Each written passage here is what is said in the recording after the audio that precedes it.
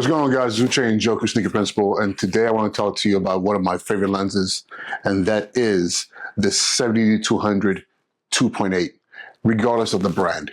So right now I'm recording on the same lens, but just from Sony. So that's the G Master 70-200 2.8 telephoto lens, and I'm going to tell you really quickly why this is an amazing lens.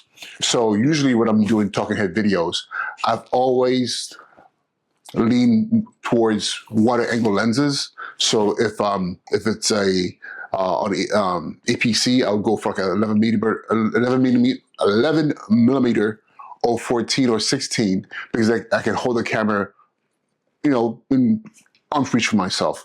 Or I might use a 35 and still relatively close enough that I can, you know, manipulate and kind of control the environment and kind of compose.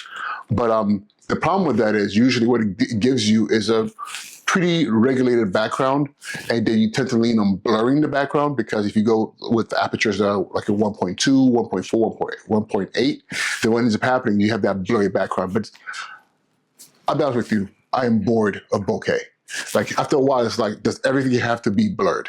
You know, I love seeing environments and kind of trying to figure out where someone is. Like right now, I'm in my kitchen, and it's pretty messy. I'll be honest with you. There's stuff here on the countertop, back there as well. But however, I'm able to frame myself on this lens and use compression to bring the background much closer. So for example, right now, I look like I'm bigger than my refrigerator, you know, and I'm a big guy in this much smaller space. But the reality is, this is a relatively big kitchen, and I'm walking probably a good 5-6 feet right behind me, and this is the space, you know. But the great thing about compression is it makes the background look so much closer to the foreground, and it helps keep me separated from the background, and it just creates a more interesting shot. And that's why a lot of people like using this lens for portraits, because you can get a very flattering image of your model, but also have the background have a pretty good interplay between them and that background and that separation. So it kind of creates a kind of magical feel. So I know I'm saying magical feel in the kitchen, but still, you know what I mean. So if you do have a 70-200, or even like because right now I'm shooting on my Sony G Master at 70. And remember I said earlier, you know, when you're using a 35, a 16, or 24, you can keep the camera relatively close to you.